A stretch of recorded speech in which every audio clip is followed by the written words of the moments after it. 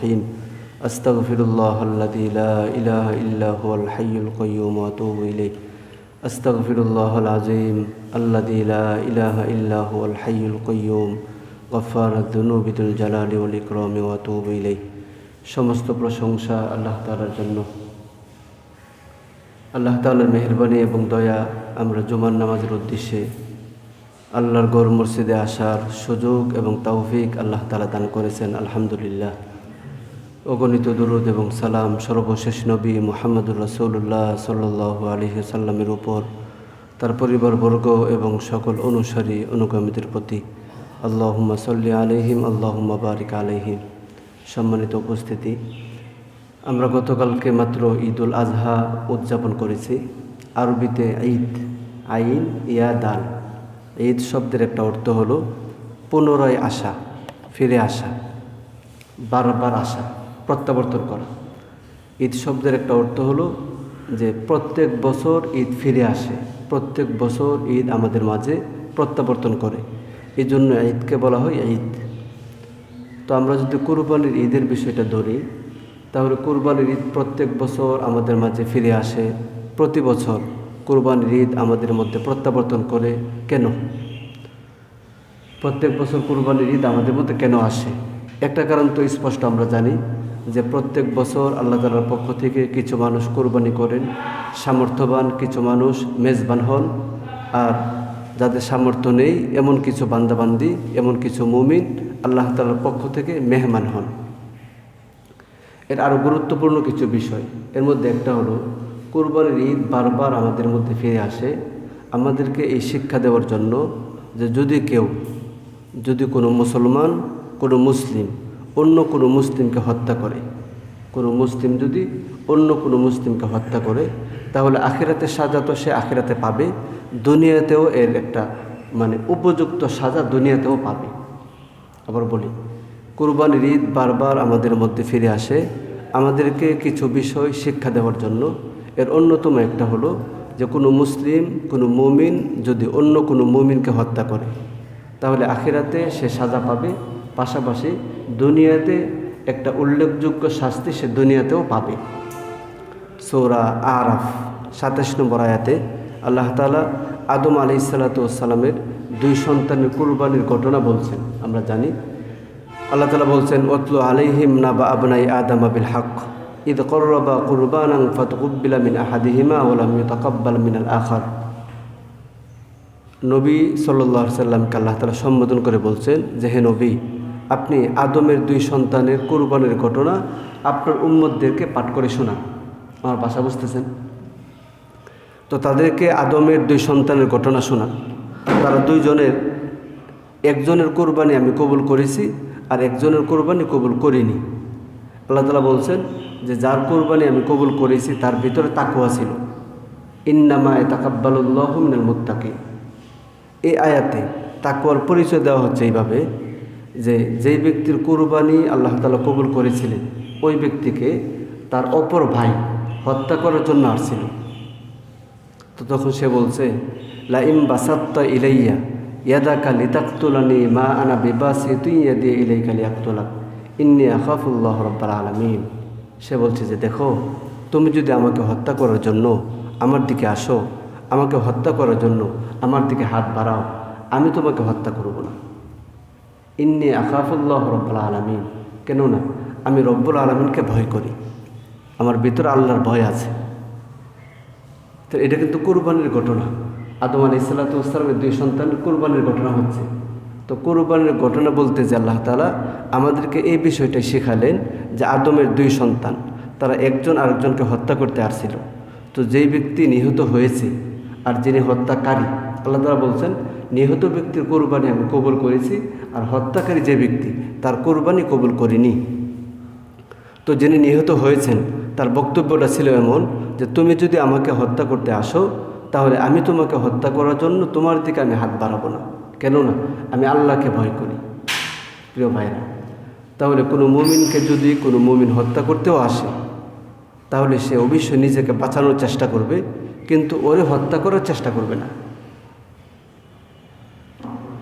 আবার বলি, যদি কোনো মুমিন অন্য কোনো মুমিনকে হত্যা করতে আসে, তাহলে সে নিজেকে বাঁচানোর চেষ্টা করবে অবশ্যই 100 বার, কিন্তু তাকে সে হত্যা করার চেষ্টা করবে না। আল্লাহ তাআলা কোরআনে বলছেন যে যার কোরবানি আমি কবুল করেছি, সেই কথাটা বলছিল যে তুমি আমাকে হত্যা করলেও আমি তোমাকে হত্যা করার জন্য অগ্রসর হব না।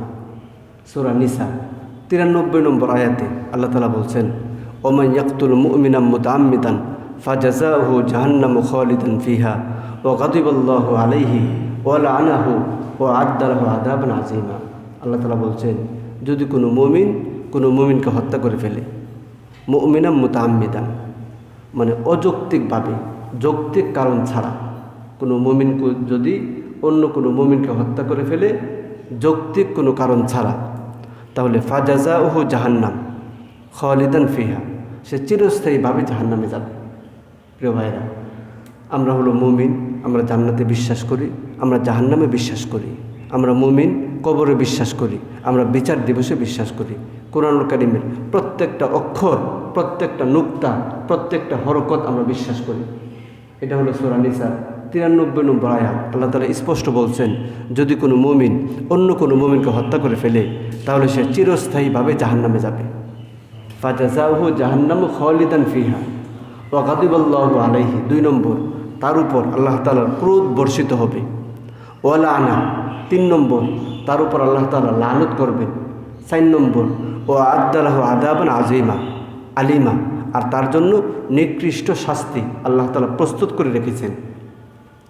তাহলে সূরা নিসার 93 নম্বর আয়াতে আল্লাহ তাআলা বলছেন, কোনো মুমিন যদি কোনো মুমিনকে হত্যা করে ফেলে অযৌক্তিকভাবে, যৌক্তিক কারণ ছাড়া, তাহলে তার 4টা শাস্তি হবে। কয়টা? 4টা। 1 নম্বর, সে চিরস্থায়ী জাহান্নামে যাবে। 2 নম্বর, আল্লাহ তাআলার ক্রোধ তার উপর বর্ষিত হবে। 3 নম্বর, আল্লাহ তাআলা তার উপর লানত করবেন, অভিসম্পাত করবেন।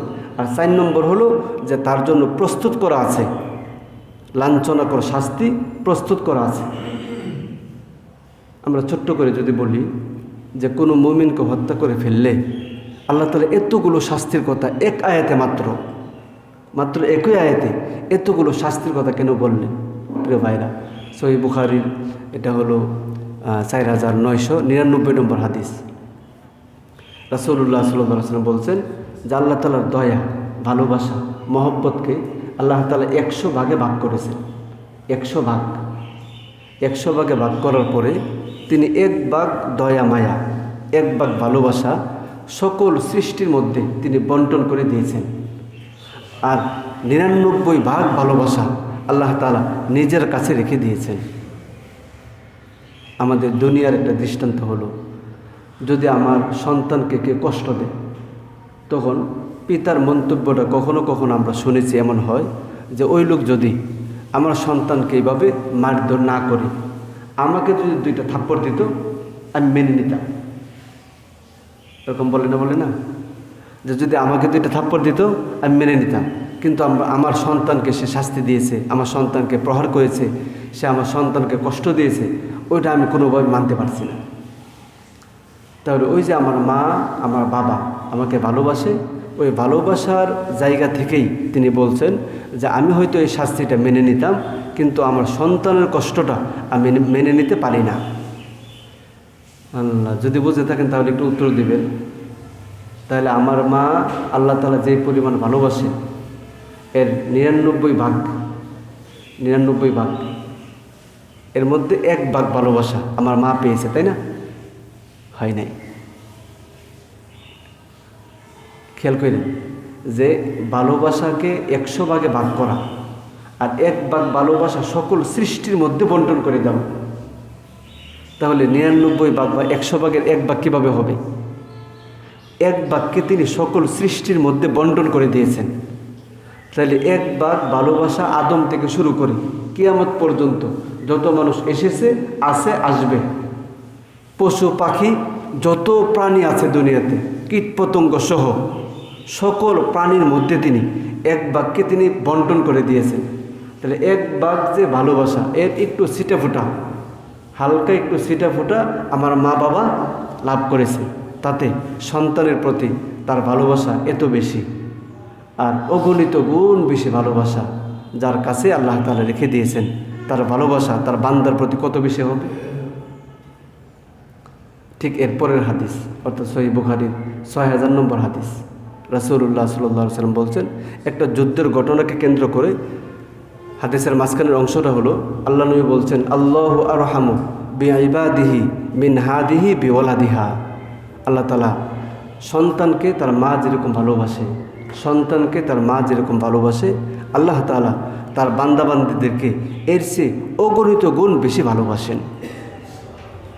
এজন্য যদি কেউ আল্লাহর কোনো বান্দাকে কষ্ট দেয়, যদি কেউ আল্লাহর কোনো বান্দাকে ক্ষতি করে, কারোর মানহানি করে, কাউকে অনর্থক কষ্ট দেয়, তাহলে তার গুনাহ কখনোই কি হয় না, মাফ হয় না, কখনোই মাফ হয় না। প্রিয় ভাইরা, আমরা সাধারণত একটা জিনিস জানি যে শিরিক গুনাহ আল্লাহ কী করে না, মাফ করে না। হ্যাঁ, আমার ভাষা বুঝতেছে?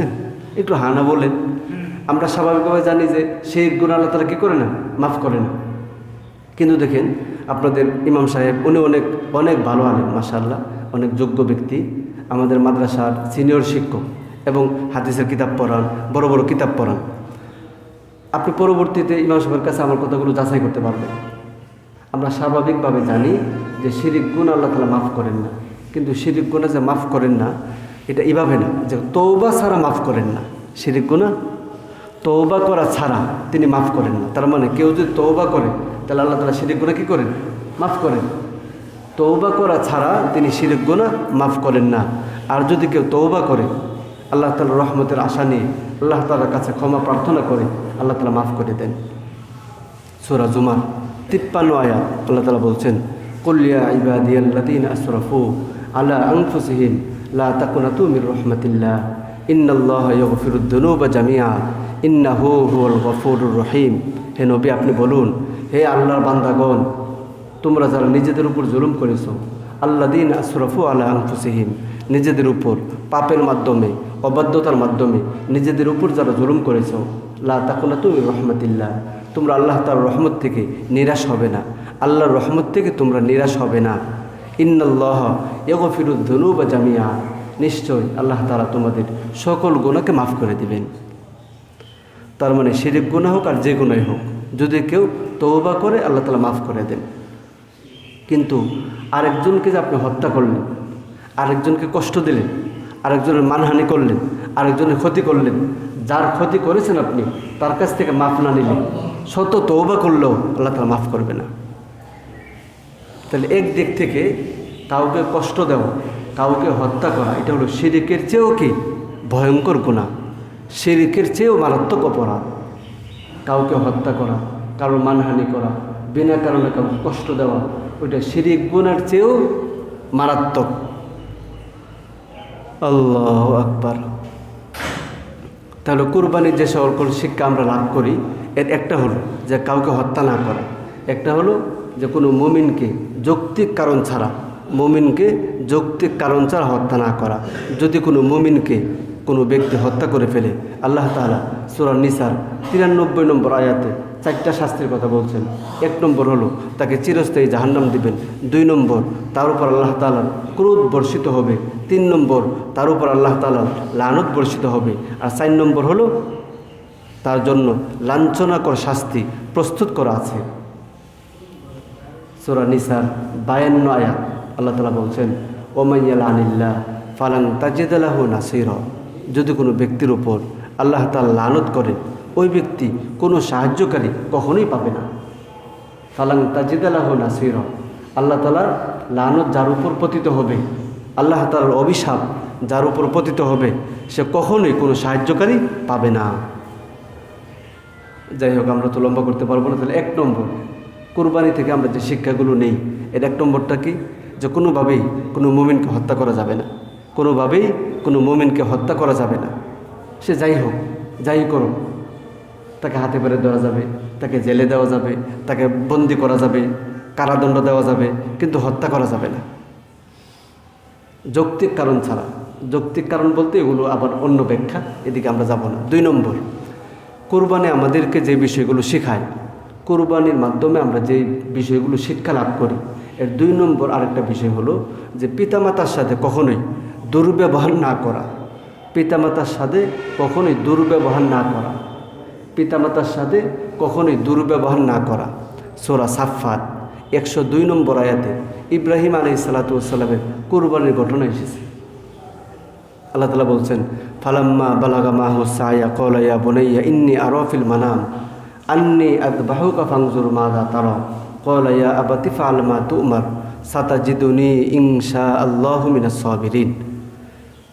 আল্লাহ,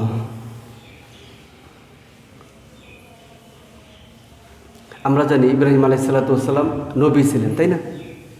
ইব্রাহিম আলাইহিসসালাম নবী ছিলেন। আপনারা কিছু বলছেন না কেন? নবী ছিলেন তিনি। তো ইব্রাহিম আলাইহিসসালাম যখন নবী ছিলেন, তার কাছে ওহী আসতো, ফেরেশতারা ওহী নিয়ে আসতো। তো যখন তার ছেলে কুরবানির বিষয়টা আসলো, তখন আল্লাহ তাআলা চাইলে ফেরেশতাদের মাধ্যমে ইব্রাহিম আলাইহিসসালামকে এই ওহী করতে পারতেন যে তোমার ছেলেকে কুরবানি করো, কিন্তু আল্লাহ তাআলা সেটা করেননি। বরং তিনি স্বপ্ন দেখিয়েছেন, স্বপ্ন দেখিয়েছেন। ওই স্বপ্ন দেখার উপরেই নির্ভর করে, স্বপ্ন এর ভিত্তিতে, স্বপ্নের মাধ্যমেই তিনি চূড়ান্ত হয়ে গেছেন। তিনি তার সন্তানকে, এই শেষ বয়সের সন্তান, কিন্তু শেষ বয়সে এক সন্তান, আর কোনো সন্তান নাই। ওই সময় ওই ছেলেকে নিয়ে চলে গেছে মিনাই, যে একদম কাত করে ছুরি হাতে নিয়ে বিসমিল্লাহ আল্লাহু আকবার বলা শেষ। ফালাম্মা আসলামা ওয়াতাল্লাহু লিল জাবিন, যখন তিনি কাত করে শোয়াই দিলেন, বিসমিল্লাহ আল্লাহু আকবার বলি না, বিসমিল্লাহ আল্লাহু আকবার বলা শেষ, তখন আল্লাহ তাআলা বললেন যে ওয়ানাদাইনাহু আইয়া ইব্রাহিম, আমি ইব্রাহিমকে ডেকে বললাম যে হে ইব্রাহিম, তুমি তোমার স্বপ্নকে সত্যে পরিণত করেছ। সুতরাং সন্তানের পরিবর্তে তিনি আসমান থেকে জানোয়ার পাঠিয়ে দিলেন, কোরবানি হয়ে গেল। তো আমাদের ওই ঘটনা বলা উদ্দেশ্য না, আমরা বলতে চাচ্ছিলাম ইব্রাহিম আলাইহিসসালাম স্বপ্ন দেখার পরে যখন সন্তানকে নিয়ে মিনায় গেলেন, মিনায় যেয়ে হট করে কোরবানি করেন, বরং সন্তানকে বসাইছেন ধীরস্থিরভাবে, স্বাভাবিকভাবে সন্তানকে বলছেন যে দেখো বাবা, আমি স্বপ্ন দেখেছি তোমাকে কোরবানি করতেছি, আজ বাহুকা, আমি তোমাকে কোরবানি করতেছি, এই স্বপ্ন দেখছি, ফাংজুর মাযা তারা, এ বিষয়ে তোমার কি অভিমত? আল্লাহ তখন সন্তান বলছেন, ক্বালা ইয়া আবাতি ফাআল মা তু'মার সাতাজিদুনি ইনশাআল্লাহু মিনাস সাবিরিন। আমরা যারা আরবি জানি, আরবিতে কোনো শব্দের শুরুতে যখন ইয়া আলিফ ইয়া কাফে, বুঝতেছেন? কোনো শব্দের শুরুতে যখন ইয়া আসে, তখন উদ্দেশ্য হয় সম্মান প্রদর্শন করা, সম্মান বোঝানোর উদ্দেশ্য হয়। ইব্রাহিম আলাইহিসসালাম বলছেন যে ক্বালা ইয়া আবাতি ফাআল মা তু'মার, হে আমার সম্মানিত পিতা, হে আমার সম্মানিত পিতা, আপনি স্বপ্নে যা দেখেছেন তাই করুন, আপনি স্বপ্নে যা দেখেছেন তাই করুন। সাতাজিদুনি ইনশাআল্লাহু মিনাস সাবিরিন, অবশ্যই আপনি আমাকে ধৈর্যশীলদের মধ্যে পাবেন, ইনশাআল্লাহ, ইনশাআল্লাহ আপনি আমাকে ধৈর্যশীলদের মধ্যে পাবেন। প্রিয় ভাইরা, আমাদের যাদের মাতা পিতা জীবিত আছেন, আমাদের যাদের মাতা পিতা দুনিয়াতে জীবিত আছেন, আমাদের জন্য এটা খুব গুরুত্বপূর্ণ একটা বিষয়।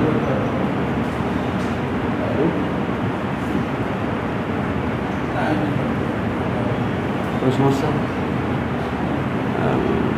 কথা না বুঝলে বলবেন, হ্যাঁ, না বুঝলে বলবেন। তাহলে ইব্রাহিম আলাইহিসসালামের সন্তান ইসমাইল আলাইহিসসালামকে যখন তার বাবা বললেন যে আমি তোমাকে জবাই করতে চাচ্ছি, তো তোমার কি অভিমত? তখন তিনি পিতাকে সর্বোচ্চ সম্মান প্রদর্শনপূর্বক তিনি বললেন যে আপনি স্বপ্নে যা দেখেছেন তাই করেন, ইনশাআল্লাহ আপনি আমাকে ধৈর্যশীলদের মধ্যে পাবেন।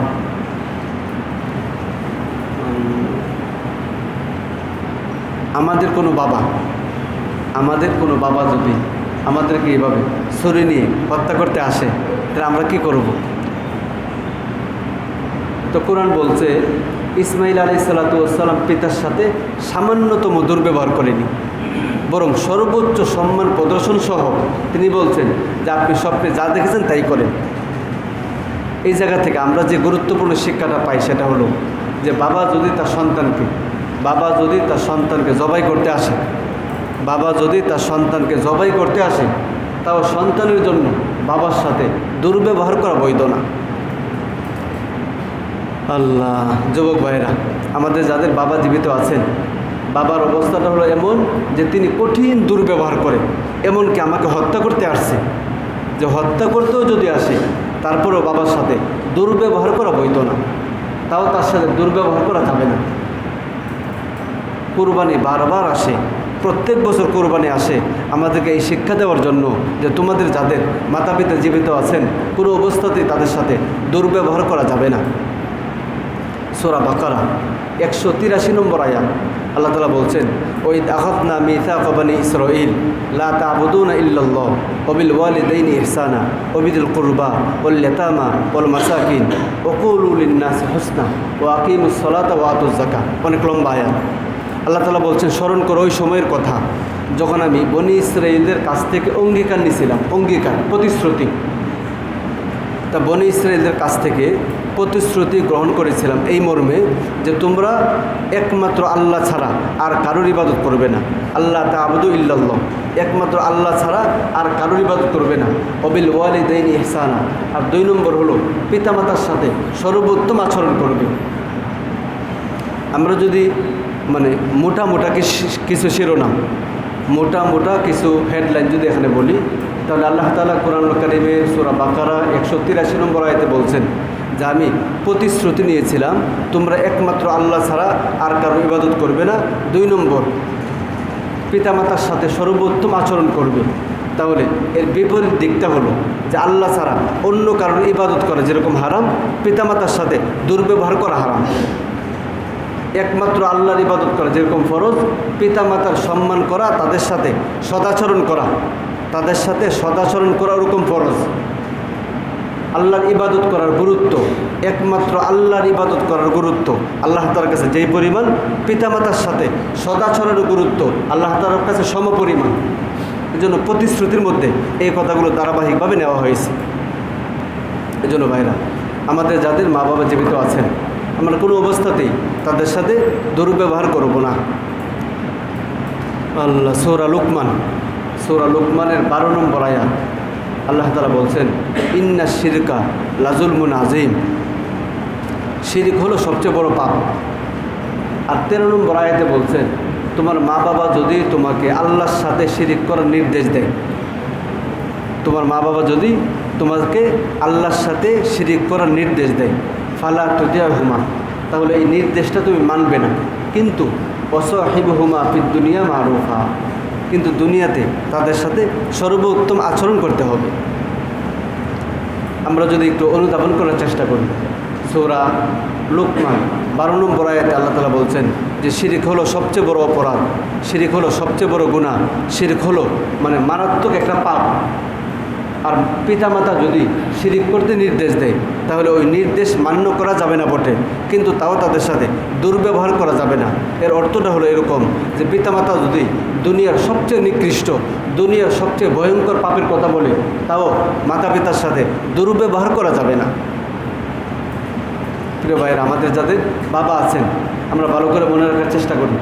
সূরা লুকমানের 12-13 নম্বর আয়াত, এই আয়াত থেকে আমরা যে বিষয়টা বুঝি সেটা হলো পিতামাতা দুজন অথবা 2 জনের যে কোনো একজন যদি তার সন্তানকে দুনিয়ার সবচেয়ে ভয়ঙ্কর পাপের কথা বলে, দুনিয়াতে সবচেয়ে মারাত্মক পাপের কথা বলে, দুনিয়াতে সবচেয়ে ঘৃণিত একটা কর্মের নির্দেশ দেয়, তাহলে সে নির্দেশটা মান্য করবে না, পালন করবে না ঠিক, কিন্তু পিতামাতার সাথে দুর্ব্যবহার করা যাবে না। যে তুমি কি বুঝো, তুচ্ছতাচ্ছিল্য করা, ওরকম করা যাবে না।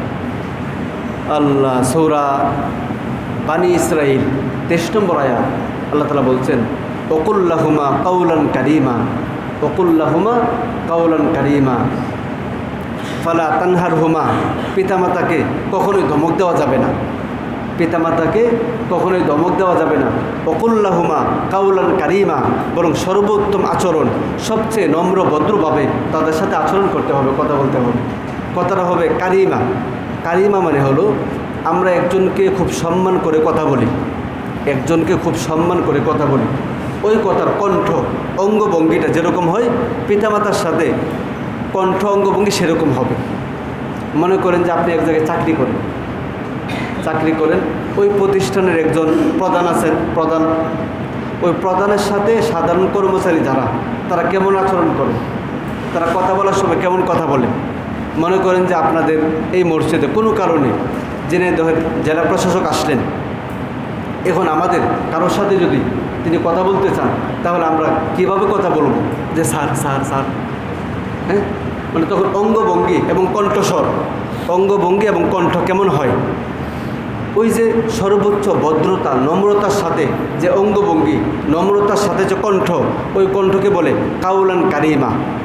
আল্লাহ তাআলা বলছেন ওকুল্লাহুমা কাউলান কারিমা, আর তোমার পিতামাতা দুজনের সাথে তোমরা কথা বলবে সর্বোচ্চ ভদ্রতা নম্রতার সাথে। যাই হোক, অনেক লম্বা হয়ে গেছে। তাহলে 2 নম্বর আমরা যে বিষয়টা বলছিলাম সেটা হলো যে কোরবানি আমাদেরকে বারবার আসে, কোরবানি আমাদেরকে এই বিষয়টা শেখায়, কোরবানি আমাদেরকে এই বিষয়টা শিক্ষা দেয় যে পিতামাতার সাথে কোনোভাবেই দুর্ব্যবহার করা সন্তানের জন্য বৈধ না। পিতামাতার সাথে দুর্ব্যবহার করা কোনোভাবেই সন্তানের জন্য বৈধ না। 3 নম্বর হলো কোরবানি আমাদেরকে যে বিষয়গুলো শেখায়, কোরবানি আমাদেরকে যেই বিষয়গুলো শিক্ষা দেয়, এর 3 নম্বর আরেকটা হলো যে সূরা হজের 32 নম্বর 34 নম্বর আয়াত, 32 থেকে 34 এই আয়াতগুলোর মধ্যে কোরবানি আলোচনা এসেছে যে কোরবানি কীভাবে করব, আমরা পশুর উপর আল্লাহর নাম নেব, আল্লাহ তাআলার নামে কোরবানি করব ইত্যাদি। তো ওই জায়গায় আল্লাহ তাআলা বলছেন যে কোরবানি যখন হয়ে যাবে তখন তোমরা নিজেরাও খাও এবং তোমাদের নিকটাত্মীয় যারা তাদেরকে খাওয়াও, নিজেরা খাবে, নিকটাত্মীয়দেরকে খাওয়াবে। কোরবানির আলোচনা এসেছে সূরা হজ 32 থেকে 36 নম্বর আয়াত পর্যন্ত। ধারাবাহিক এই আয়াতগুলোর মধ্যে আল্লাহ তাআলা কোরবানি বিষয়ক আলোচনা করেছেন। ওই জায়গায় আল্লাহ তাআলা বলছেন যে তোমরা আল্লাহর নামে পশু কোরবানি করবে, যখন কোরবানি শেষ তখন তোমরা নিজেরা খাবে এবং আত্মীয় স্বজনদেরকে খাওয়াবে, আর তোমাদের মধ্যে যারা নিঃস্ব অসহায় তাদেরকে খাওয়াবে। দেখেন, আত্মীয়দেরকে খাওয়াবে এই কথাটা আল্লাহ তাআলা আলাদাভাবে পৃথকভাবে এই কথাটা বললেন কেন? আপনাদের এলাকায় আছে কিনা আমি জানি না, আমার পরিচিত এলাকায় আছে এরকম যে কিছু কিছু লোক এমন যে তারা হলো মনে করেন যে আপন চাচা, আপন ফুফু, তারা হলো রক্তের সম্পর্ক আত্মীয়, বছরের পর বছর চাচাকে দাওয়াত দেওয়ার সুযোগ তিনি পান না, বছরের পরে বছর ফুফুর সাথে যোগাযোগ করার কোনো সময় তার হয় না। কিন্তু বন্ধুবান্ধব, এরপরে হলো তার যে সহপাঠী, এরপরে আপনার শ্বশুরবাড়ির যে আত্মীয়, তাদের সাথে অনেক ভালো সম্পর্ক, নিয়মিত যোগাযোগ হয়, নিয়মিত লেনদেনও হয়, দাওয়াত খাওয়াও কি নিয়মিতই হয়, বুঝলেন? আল্লাহ যদি কেউ ওরকমটা করে তাহলে তার কোরবানি আদায় হবে না, অর্থাৎ কোরবানির ওয়াজিব আদায় হয়ে যাবে, কিন্তু কোরবানির যে মাহাত্ম্য, কোরবানির যে ফজিলত পাওয়ার কথা সেটা তিনি পাবেন না। আত্মীয় স্বজন, রক্তীয় সম্পর্ক, আত্মীয় যারা, তাদের গুরুত্ব আল্লাহ তাআলার কাছে অনেক বেশি। আমরা খুব ছোট্ট করে 2টা আয়াত বলি। একটা হলো সূরা বাকারার 27 নম্বর আয়াত। আল্লাহ তাআলা বলছেন আল্লাযীনা ইয়ানকুদুনা আহদাল্লাহ মিন বাদি মিসাকি ওয়া ইয়াকতুউনা মা আমারাল্লাহু বিহি আন ইউসালা ওয়া ইফসিদুনা ফিল আরদ উলাইকা হুমুল খাসিরুন। যারা রক্তের সম্পর্ক, আত্মীয়দের সাথে সম্পর্ক বিচ্ছিন্ন করবে তারা হবে ক্ষতিগ্রস্ত। রক্তের সম্পর্ক, আত্মীয়, তাদের সাথে যারা সম্পর্ক বিচ্ছিন্ন করবে তারা ক্ষতিগ্রস্ত হবে, ক্ষতিগ্রস্ত। এই ক্ষতিটা কেমন ক্ষতি হতে পারে? সূরা রাদ 25 নম্বর আয়াত আল্লাহ তাআলা বলছেন আল্লাযীনা ইয়ানকুদুনা আহদাল্লাহ মিন বাদি মিসাকি ওয়া ইয়াকতুউনা মা আমারাল্লাহু বিহি আন ইউসালা ওয়া ইফসিদুনা ফিল আরদ উলাইকা লাহুমুল লানা ওয়া লাহুম সুউদ দার। যারা রক্তের সম্পর্ক, আত্মীয়দের সাথে সম্পর্ক বিচ্ছিন্ন করবে, সম্পর্ক রাখবে না, তাদের উপর আল্লাহ তাআলা লানত, ওয়া লাহুম সুউদ দার, আর তাদের পরিণাম, তাদের শেষ পরিণামটা বড় নিকৃষ্ট, পরিণামটা নিকৃষ্ট। প্রিয় ভাইরা, যদি এমন হয় সারা বছর যেমন তেমনই গেল, অন্তত কোরবানি ঈদ উপলক্ষেও আমার আপন বোন, আপন ভাই, আপন চাচা, আপন ফুফু, তাদের সাথে একটু যোগাযোগ করা, তাদের সাথে একটু মত বিনিময় করা, একটু কুশল বিনিময় করা, সামর্থ্য থাকলে, সম্ভব হলে কোনো কিছু হাদিয়া দেওয়া। যদি এটা আমরা না করি তাহলে আপনি যে তাদের সাথে খুব ভালো সম্পর্ক রেখেছেন, এর প্রমাণটা কি? যে তার সাথে আমার খুব ভালো সম্পর্ক? ঝিনাইদহের গ্রামের নাম বললে অসুবিধা নেই, আপনি তো আর চিনবেন না। বলে গেলাম নলডাঙ্গা ওই দেখি এক লোক আমার কাছে ফোন করেছে, তো বলছে যে 5-7 বছর আনুমানিক আমার সংসারে শুধু অভাব দেখা দেয়, মানে একটার পর একটা অভাব, অসুখ বিসুখ এগুলো লেগেই আছে, কোনোভাবেই কি আমার ঘর থেকে এটা যাচ্ছে না। তাই আমি বললাম যে আপনারা ভাই বোন কয়জন? বলছে 2 ভাই আর 2 বোন 3 ভাই। তাই আমি বললাম যে আপনার যে বাকি 2 ভাই তাদের সাথে আপনার সম্পর্ক কেমন? তা বলছে সর্বশেষ কতদিন আগে কথা হয়েছে মনে নাই, সর্বশেষ তার আপন ভাই সর্বশেষ কতদিন আগে কথা হয়েছে তার মনে নেই। তাই আমি বললাম যদি রক্তের সম্পর্ক, আত্মীয়, তাদের সাথে আপনি সম্পর্ক ঠিক না করেন আর ধনী হওয়ার চেষ্টা করেন, কিয়ামত পর্যন্ত ধনী হওয়া কি যাবে না। এটা হলো সূরা রাদ। মাত্র যে আয়াতটা বললাম, আল্লাহ তাআলা বলছেন উলাইকা লাহুমুল লানা, তাদের উপর আল্লাহ লানত। তো যে ব্যক্তির উপর আল্লাহ তাআলা লানত, সে কিভাবে শান্তি, কিভাবে তার জীবনটাকে উপভোগ করবে, কিভাবে সে তার জীবনটাকে এনজয় করবে, কিভাবে সে দুনিয়াতে শান্তিতে কাটাবে, তার উপর তো আল্লাহ লানত।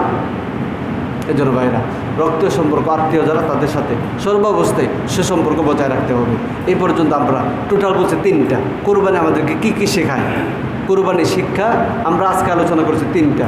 1 নম্বর হলো কোরবানি আমাদেরকে এটা শেখায় যে কোনো মুমিনকে অন্য কোনো মুমিন কোনোভাবেই হত্যা করতে পারে না যৌক্তিক কারণ ছাড়া। যদি কেউ হত্যা করে দুনিয়াতে এবং আখিরাতে সে কঠিন শাস্তির সম্মুখীন হবে। 2 নম্বর বলছি যে কোরবানি আমাদেরকে এটা শেখায় যে মা বাবা 2 জন অথবা 2 জনের যে কোনো একজন, তাদের সাথে কোনোভাবেই দুর্ব্যবহার করা যাবে না, কোনোভাবেই তাদের সাথে অসৎ আচরণ করা যাবে না।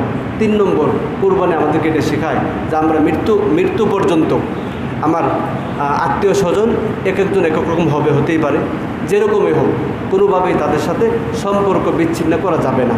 আল্লাহ তাআলা আমাদেরকে কুরবানির এই শিক্ষাগুলো যেন আমাদের জীবনে বাস্তবায়ন করতে পারি। আল্লাহ তাআলা আমাদের তৌফিক দান করুন, আমিন। সুবহানাল্লাহি ওয়া বিহামদিহি, সুবহানাকাল্লাহুম্মা ওয়া বিহামদিকা, আশহাদু আল্লা ইলাহা ইল্লা আনতা।